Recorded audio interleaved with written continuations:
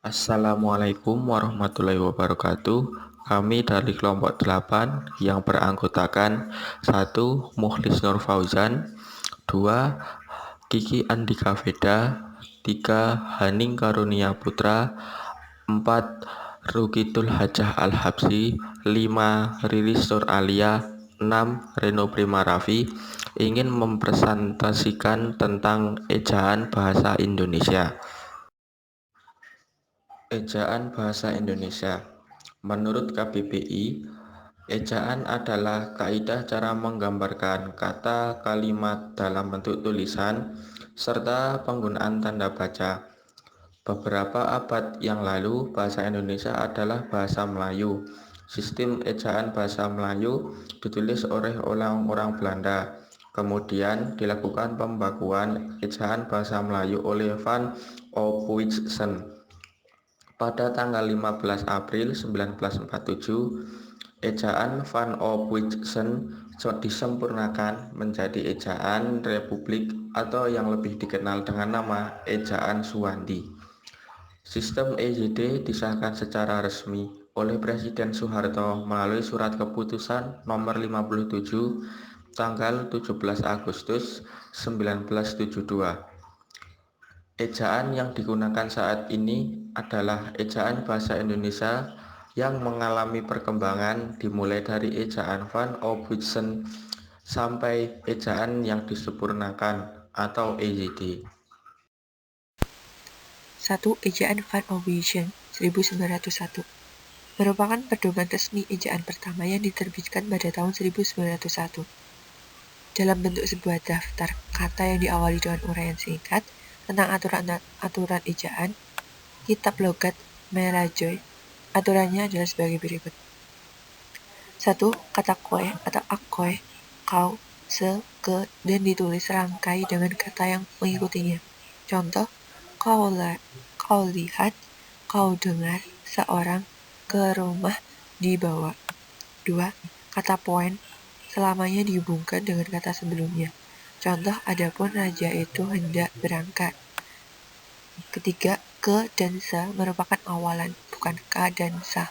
Contohnya, ketiga bukan k3 dan sebenarnya bukan sebenarnya. Keempat, ejaan Van Ophuijsen ini juga sudah membahas awalan ber, ter, dan per, yang jika dirangkaikan dengan kata dasar berawalan huruf R akan luluh. Contoh, berumah dan terasa. Akhirnya, I akan diberi tanda petik 2 apabila bertemu dengan kata berakhiran huruf A. Contoh, menamai. 2. Ejaan Suewandi 1947. Ejaan ini menggantikan ejaan Van Ophuijsen setelah diresmikan pada tanggal 19 Maret 1947 berdasarkan Surat Keputusan Menteri Pendidikan, Pengajaran dan Kebudayaan Republik Indonesia Nomor 264/BHGA. Ejaan ini mengatur hal-hal sebagai berikut. 1. Huruf OE diganti U. 2. Bunyi hamzah dan bunyi sentak diganti dengan huruf K. 3. Pengulangan diberi angka 2. 4. Kata dasar berhuruf E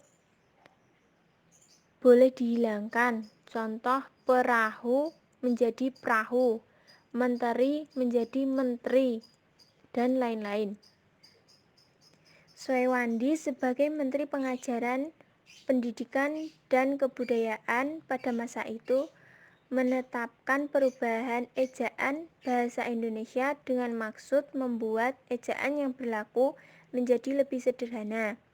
Ejaan baru itu oleh masyarakat diberi julukan ejaan Republik atau ejaan Suewandi. Ejaan pembaharuan. Ejaan pembaharuan direncanakan untuk memperbarui ejaan Republik tahun 1957 melalui Kongres Bahasa Indonesia II di Medan tahun 1954. Profesor Muhammad Yamin menyarankan agar ejaan Suwandi disempurnakan. Pada tahun ini disarankan agar bisa diusahakan, yaitu 1. 1. Bunyi 1 huruf. 2. Penetapan hendaknya dilakukan oleh badan yang kompeten. 3.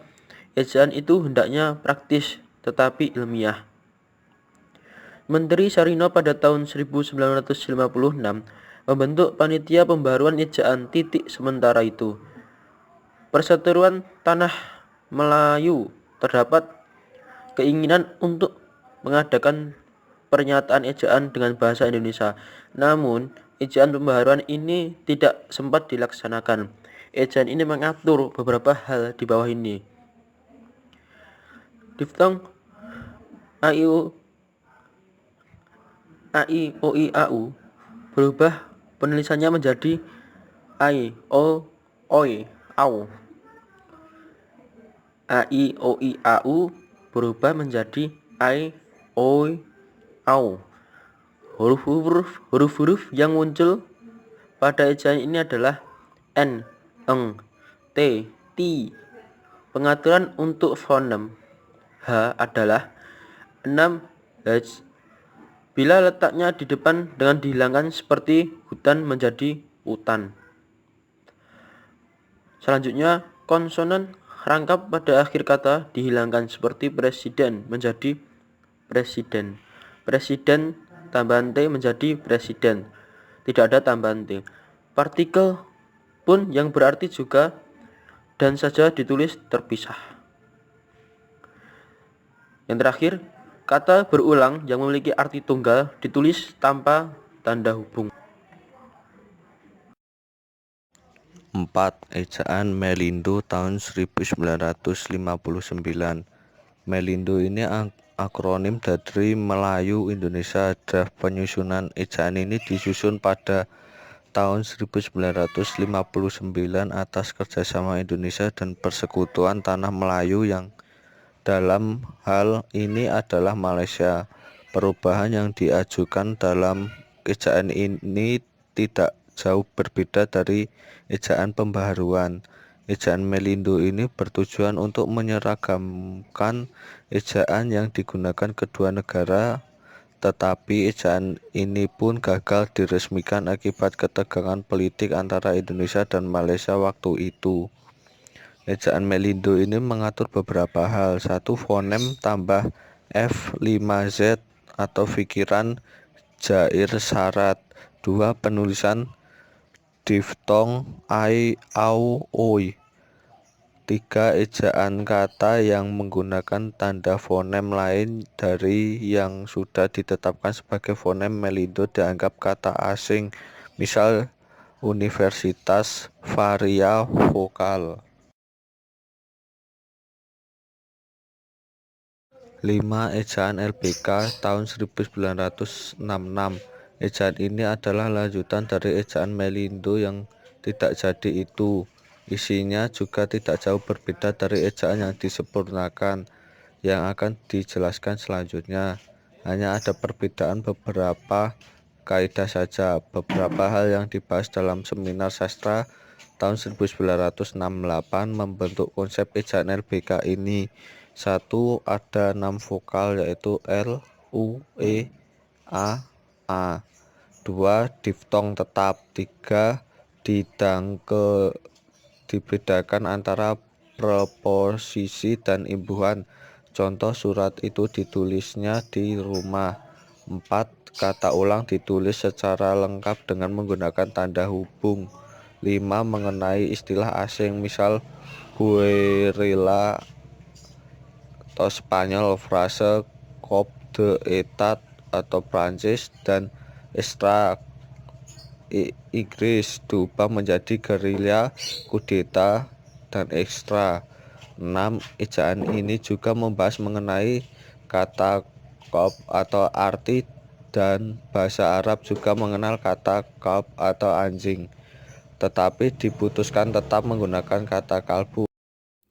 Selanjutnya ada ejaan bahasa Indonesia yang disempurnakan tahun 1972.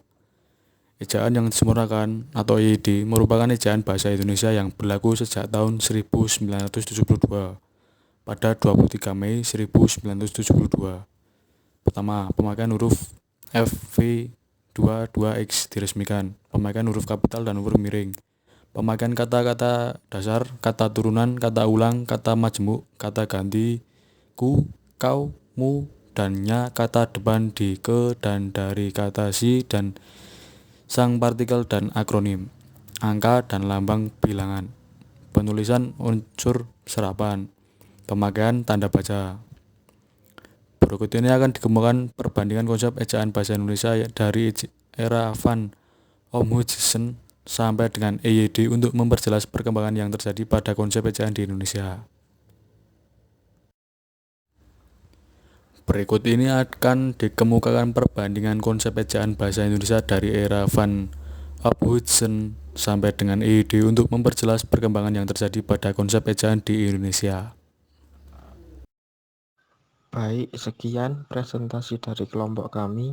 Kurang lebihnya mohon maaf. Wassalamualaikum warahmatullahi wabarakatuh.